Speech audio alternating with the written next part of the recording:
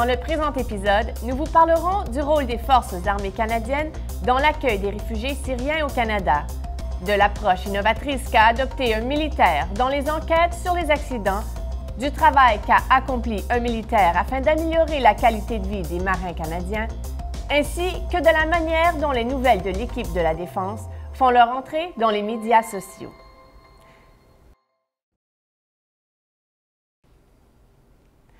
Nous vous souhaitons une bonne année et la bienvenue aux nouvelles de l'équipe de la Défense, votre source d'informations et des mises à jour sur les Forces armées canadiennes et le ministère de la Défense nationale. Je m'appelle Cathy Roberge. Je suis le capitaine Jean-François Lambert. Voici ce qui se déroule à la Défense pendant la semaine du 11 janvier. Avec l'opération Provision, les Forces armées canadiennes soutiennent les initiatives du gouvernement du Canada qui visent à réinstaller 25 000 réfugiés syriens à travers du Canada d'ici la fin du mois de février 2016. Les Forces armées canadiennes supportent le gouvernement en effectuant l'évaluation médicale et biométrique de réfugiés et en assurant le transport militaire au besoin. Par ailleurs, elles sont en mesure d'héberger provisoirement environ 6 000 réfugiés à différentes bases en Ontario et au Québec et 7 000 autres dans d'autres installations partout à travers du Canada, si nécessaire.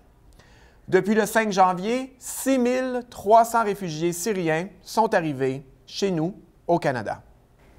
Le soldat Mohamed Haïdari, du 2e groupe brigade mécanisée basé à Petawawa, compte parmi les 227 militaires actuellement déployés au Liban. Il nous explique en quoi consistent les évaluations des réfugiés. My job here at the biometric station is to help assist in the fingerprinting process, the name assessing process, and also with the photographing process. First, we collect the documents from the actual refugees and we take them and we look for their names, their first name, their surname, and then we go and look for their date of birth, their location of birth, and we see if they're from any other region of the Middle East. We go and take possibly their passport information and identify that in the system itself.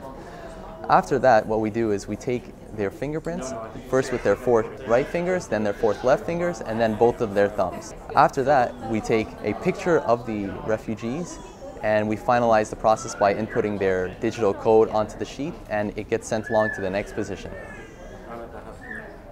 La série d'articles sur les innovateurs vise à saluer les membres de l'équipe de la Défense qui font preuve d'innovation dans leur travail et qui, par le fait même, améliorent la manière dont nous travaillons à titre d'organisation. Notre dernier article porte sur Vince Horn, chef du groupe d'analyse des défaillances et d'enquête sur les accidents. Lorsqu'une défaillance technique ou d'équipement survient à la Défense nationale, c'est à l'équipe de M. Horn qu'on fait appel afin de savoir ce qui s'est passé. Toutefois, pour faire leur travail, les membres de cette équipe doivent souvent faire preuve d'innovation.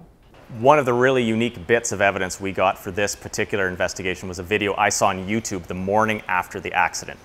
So this particular person wasn't on the airfield with the rest of the camera crews and the photographers, but he was in a very good spot to capture the sound that aircraft was making when it passed by him. It happened to be the first spot where that aircraft started running into a problem with its engines. Pour voir la vidéo au complet, cliquez sur les liens connexes. Cette semaine, nous désirons féliciter le matelot de première classe Bassam Motana qui a récemment reçu le prix du centenaire de la Marine royale canadienne à la base des Forces canadiennes à Halifax. Ce prix sert à reconnaître un militaire du rang subalterne qui, par son dévouement, son enthousiasme et son esprit de collaboration, à terre comme en mer, a contribué à améliorer la qualité de vie dans la Marine royale canadienne. Le matelot de première classe Motana incarne ses qualités et est devenu un exemple pour ses collègues.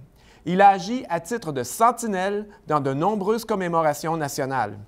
Sa participation à des missions lui a valu des mentions élogieuses et il s'est porté bénévole à l'appui de divers organismes de charité et de programmes de sensibilisation.